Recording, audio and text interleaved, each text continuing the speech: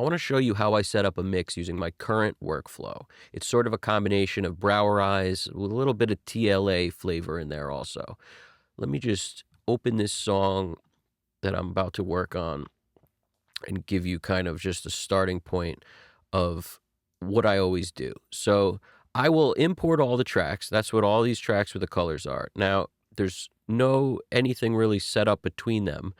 All I did was create these VCAs. Now, you need a VCA for everything you have in this song. So the way I look at it is groups that make sense.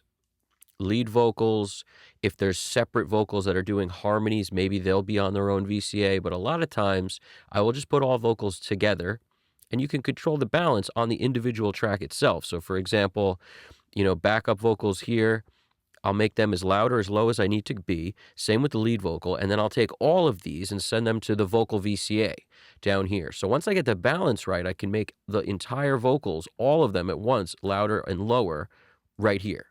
That to me makes the most sense. So I'm trying to break down all the tracks into the easiest way to control them. The next step, is look at the drums. In this case, kick, snare, overhead, left, and right. There's only 4 tracks for drums. So all these get routed to the drum VCA. Now, the way you create a VCA, you just highlight a bunch of the tracks. You'll hit Apple G. You'll come up here, and then you would select it here, once you've created it as a track. So in other words, the first step, track, new, and over here, stereo, VCA. See VCA master? Boom. So by creating these for every track every group of tracks, you can then select them once you've grouped them. So the first step is to create the track. Then you do the Apple G thing and you'll find it in this VCA menu.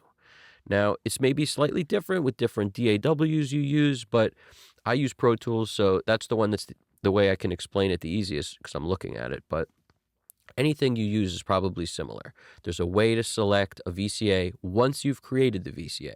So typically, if I just fly in a bunch of different VCAs, I don't even have to, from a template, I don't really have to create them all. But a lot of times it helps to create them individually because every song might be a totally different layout. You might not have guitars in a song, so you'll change the name of guitar VCA, or you'll just create one that says keyboard VCA and go from there.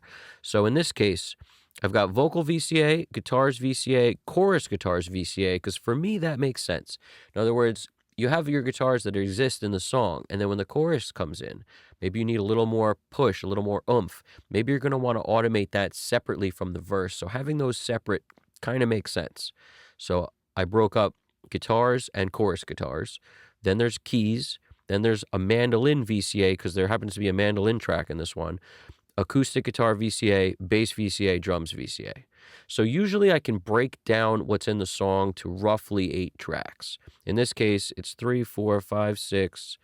What is this? 1, 2, 3, 4, 5, 6, 7, 8. So it's 8 tracks, which is fine because most people's controllers are 8 faders. And I like to use the controller to get the balance. So what I will do, if you notice, is always put all my VCAs together after the tracks. And then a lot of times I'll take the master and throw it up behind them because that's the thing I do most. What do you do most in a mix? What I do is lower the volume a lot. I keep lowering the master volume, which must be set for your output. And then once you lower your master volume, no processing, by the way, goes on this track for me. Some people will put processing on here. I choose not to.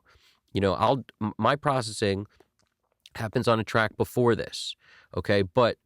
And that's mainly because the processing works differently on this. And the way processing works when you're dealing with this is not the same as it would be if you put it on a bus.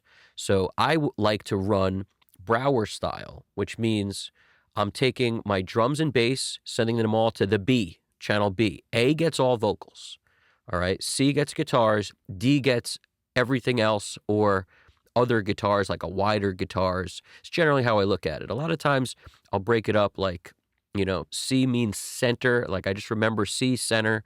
So the guitars that live in the verses, acoustics probably that are in the center, things that are in the centers live on C. And on that track, I just have the Mic DSP ML4. there's no magic to what you put on each track. I tried tons of things. I change it all the time. So I wouldn't focus on that. B, like I said, bass and drums. I rock the distressor on it and gold clip. Okay. And A gets the 33609. Now, that compressor has a particular sound to it, which works very good on vocals, in my opinion, and I like it. So that's why it's there. But I'll try all sorts of stuff. I've tried the Tube Tech. I've tried the ML8000, which is Mick DSP's multi-band, but it's an 8-band, so it has a different sound to it also. So D is the one that gets this widener compressor. It's a compressor with a stereo expander on it, so you can get it wider if you need to. And I like to put things I want to really spread out on D. Now, this style is not unique to me. This is pretty much the Brauerized style, sending things to these tracks. It's not exactly the same, but it's close. What I will do, if you see like 3/4, that's bus A. So if you just go to your vocals, you'll see that all my vocals, which basically start up here, lead, and they go all the way down to here. This is actually, it says Mando, but it's really vocals. There was some mandolin on it, and I think I cleaned it off because at the time, for whatever reason, some things the recording habits weren't totally ingrained yet, and there were some tracks that were being shared for some ridiculous reason. So when you get a song to start mixing, you may want to move around, things that don't make any sense. Like make sure you only have vocals on your vocal track. Create a new track for mandolins or whatnot. But when I did this, some things shared tracks because it was back in a long time ago before I had solid habits in place. This was years ago when I recorded this. So you'll notice bus 3/4 gets all the vocals. That's going to that 33609 on parallel A. You get what I'm saying? So that's all vocals, guitars 15 and 16, which is the center guitars. That's that parallel C. Drums 13, 14. Same with bass 13, 14. So I'm just pointing out the buses that everything's being sent to. So it's important to note where things go. None of these tracks go anywhere except to bus A, B, C, and D. I like it this way as of lately. It's not always how I mix. It's just at the moment, this is the way I've been liking it for a long time, specifically since I started mixing in the box, because I really like kind of dealing with the music in this way. You can decide, and you basically are gluing things together in parallel on A, B, C, and D. You're using one compressor to basically take the drums and the bass and give them a nice little smush together where they start to blend nicely. And then you would control how much drums or bass you want to live in that, to basically escape the compressor by deciding how hard you feed into it. Because that's the nature of compression, is if you jam a lot of drums into that compressor with bass in it and drums, you're going to get mostly drums. The bass will naturally be sort of lowered.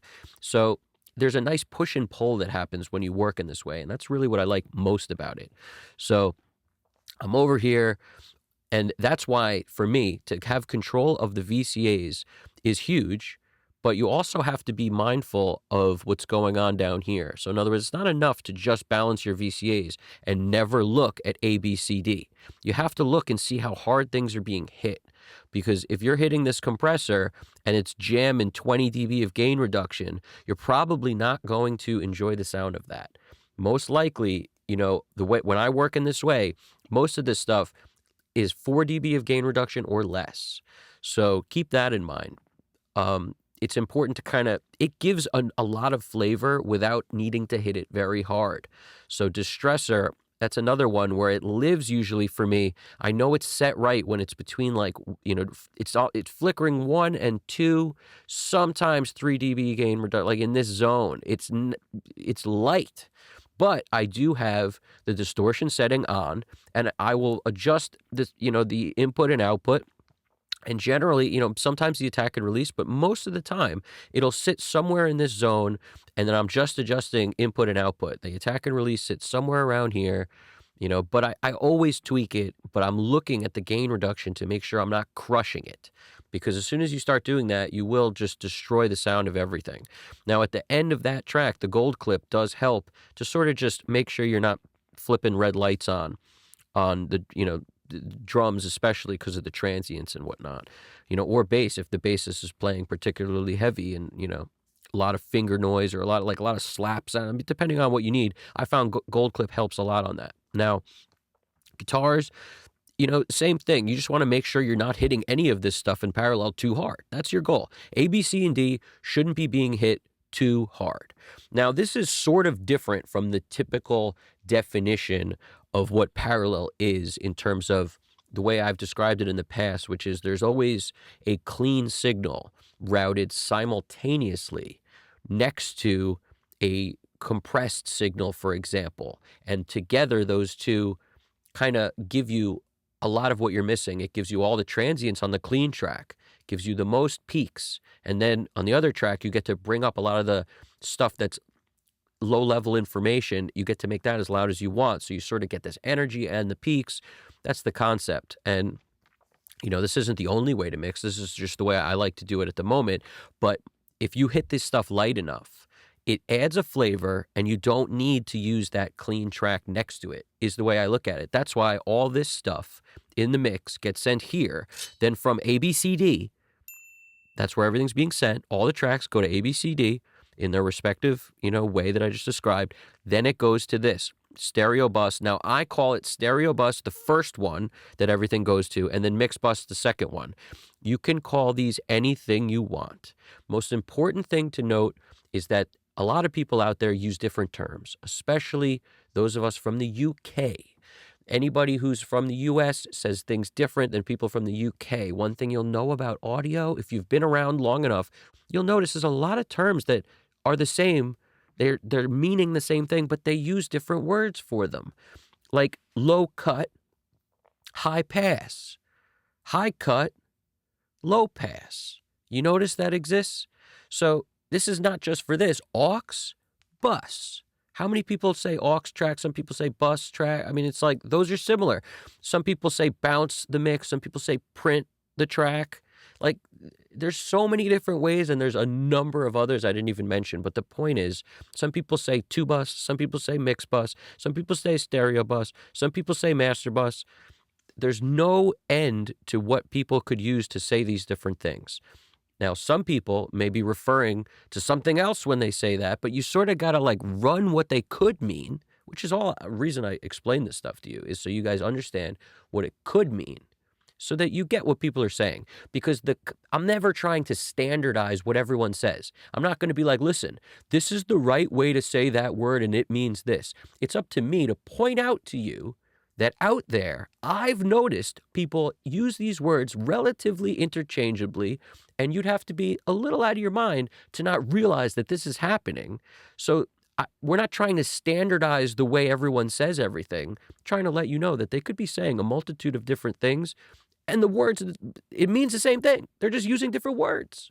So you might be able to sleep better at night knowing that that's the case.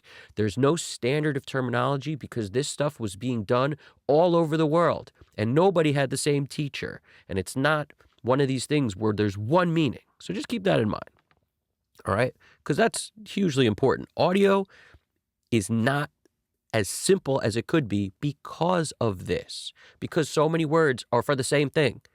Can't tell you how many times people are like, what's a high cut? It's like, oh, I know what low pass is. It's like, man, it's the same thing. It just depends on who your teacher was. So it depends on also what console you use. That's where was it made? That's the point here. That's why it's so many different terms. It's the only reason. So here we go. We got all this stuff being fed to, in my case, stereo bus, but you call that whatever you want. And the reason I use both stereo bus and mix bus to do some processing and a good amount of lifting is because if you've worked with a Fusion, SSL Fusion, you have all this in one unit. And that's what I used to use. I used to use the Fusion and the master bus processor. That was my chain on my mix bus in the analog domain. So now that I'm in the box, I'm using just all the stuff from the Fusion, which takes up 5 or 6 plugins. What is it? Vintage Drive, the Violet EQ, the high frequency compressor, the stereo imager, and the transformer. It's 5 different plugins that are taking up all these slots, which make it so I can't put the rest of my chain on it. But if those were not there, they would all fit in one, but just keep in mind the order of this stuff and everything, it all matters for what sounds like for what it's going to sound like. If you change the order of these plugins in any way, everything's going to change. And this is just the way I like it now. I will often move things around, mess with different things, take things off, like the Faraday limiter. This just kind of exists to not clip anything between this track and this track. That's really the only reason it's there. And, I got the Mark Daniel Nelson special on here, the sidecar. I got the 3348 tape. SPL Iron, Spectre, SPL Big, Gold Clip, and a lot of these could come off, they could come on, they just live there. I could bypass them easily. Other than that, Clarity is the PAZ analyzer. That's what that is. Anybody curious on how to put videos together and stuff like this, feel free, hit me up. Email's in the description, and I offer consultations and lessons, so we can figure out whatever you need to if you're trying to make your own videos or put anything together. So let's go from here. Now, 13 and 14 is my main out. Now, you see 13 and 14, that's on my master. So if I want to control volume, I've told you before, this is actually the thing I touch the most. Because when you don't know what to do in a mix, make it lower. If you don't know yet, make it lower. Keep making it lower. Adjust the volume until you do know what to do in the mix. Because it's possible you're done at a certain point, but until then, you change the volume to get new perspective. It will refresh your head to make things much lower, and then just make it loud enough where you can just start hearing things. Now, what do you hear? What stands out to you? What sticks out? Because when you turn it up too loud, everything flattens out, and it makes it where you don't know up from down, and everything sounds better than it should because it's loud, and it makes you kind of be in a bad position. When I'm doing vocal automation, the music is low. CLA talked about that. So many more people than you realize mix really, really low. It should be the most talked about thing ever because you don't have to mix loud. You mix low. And CLA talked about you should be able to hear somebody whispering in the room. That should be too loud for you when you're mixing and trying to get a vocal perfect. That's the truth. So always make things lower to get new perspective. So I'm constantly touching this master fader. I'm also constantly touching whatever VCAs I've created in the song to be able to get a good balance. And that's why I usually set them all up on the controller in the same order, always. In other words, drums the furthest away from me, then bass, then acoustic guitars, like the lesser important stuff. See, drums are super important, bass is super important. So I like to know they're right at the end. Okay, now the stuff in the middle, you sometimes have to take an extra second to make sure you're touching whatever you're touching because it changes song to song. So that's why inside of drums and bass, like after that for me, that's when I'll put the other things. Usually acoustic guitar first, because that's usually in a lot of the tracks that I do. Then whatever's out, like keyboards potentially, or chorus guitars potentially, something to that effect, then verse guitars, then vocals. Like that's the concept. And if there's two vocals, the lead gets closest to me because that's usually the one I'm automating. That's the one I want the most control right here, easy over. And then chorus, vocals, that kind of thing. So if there's a solo, I usually look at the solo guitar as a vocal. So in other words, I may need to manipulate it, automate it, whatnot. So that usually will go right after the vocals. Also, you want to have your solo guitar or whatever instrument is doing a solo, usually you want it to be the same volume as your vocal because a lot of times the vocals drop out as soon as the solo comes in and you want it to feel like a continuation. At least that's how I look at it. So, picture, Guns N' Roses and, Slash comes in with his solo. You want Axl and Slash's volume on the solo to be really close, or Zeppelin, Robert Plant, and then Jimmy Page starts to bust a solo. You really want it to not feel like the music got quieter or anything when the solo comes in and the vocals drop out. It has to sort of maintain. So there's a relation there, whether you want one a little louder than the other, like some people want the solo a little louder than the vocal because it should take the vocal up a notch. That could be cool. I dig it. But what I'm saying is there's a relationship there. So putting the solo guitar or whatever instrument you have doing a solo next to the vocals makes sense. And, you want to look at this thing and kind of understand what your balance is like. At least that's how I look at it. So hope that made sense. I don't want to go too crazy because from that point, my next step is auto align everything. So you throw auto align on, you just run it through, and that is just it's a savior for making sure the phase is solid without having to sit there like I used to for years and manipulate the phase on things using plugins like InPhase. It's a huge time saver if things were recorded without that in mind. So if you have stuff recorded that was, given care, time, and thought, you probably don't have to do it. But, a lot of this stuff was recorded so long ago that the knowledge at the time wasn't at the degree that it would have had to been to get the phase coherent on a lot of this stuff. So a lot of times auto align is a huge time saver. So I throw auto align on, then I come in and I just highlight everything and I'll slap the channel strip on. So, shift click, make sure you get all your tracks highlighted. The second slot is empty for everything. So I can just pop in my second slot, my favorite channel strip of all time. At the moment, this stuff changes all time at the moment. That's kind of funny. The SSL 4KE. All right. Now I throw that in. Now, boy, do I recommend people use stuff like this because it just gets you to the end goal as quick as possible. It makes it where you've got at your fingertips the same thing so many engineers had at their fingertips for years and years and years that cost them, hundreds of thousands of dollars to have a console in front of them. To not work in this way with these set of tools right in front of you is a little silly, if you ask me. This gives you what you need. If I don't use this, I'll use the metric halo channel strip. A lot of times it depends what's in front of me because I like the UC1. So using this allows me to tweak things very quickly, more by just listening instead of staring at the screen, which I like. So there's a correlation there between whether or not I have a UC1 next to me and whether I'll use this or I'll use a metric halo channel strip. But a channel strip is almost always being used. I also used to love the Omni channel, the Shep's Omni channel. It's a little more tweakable, which is really cool, but it's also, you got to do more because it's more tweakable. It's not just, less options is sometimes better. Let's just put it that way. So that goes on, and that's my starting point. I really don't have to do anything else to start working on a mix. I will never just add more than this out the gate. Usually what'll happen is on bass, I'll add some sort of tube saturation kind of thing. Specifically, I really like SPL twin tube lately. That one's awesome. On drums, I may add a transient designer or something. But, on overheads, I may add the Chandler Zener limiter. I might add something like that. But I'm not going to just throw it on out of nowhere. I need to hear what's going on first. I need to start working on it before I can do that. So this is all that goes on before I start. So I hope that's helpful. If you have any questions, throw them in the comments. Happy to get back to you on stuff. And I'm going to start mixing this song, and maybe I'll record some of that too, so you guys can kind of see my first steps. All right. I really appreciate you watching. Hit the like button if you dug it. Subscribe if you haven't already. I appreciate it. Evan Jaffe, Custom Cut Studios. You guys got this. Take it easy.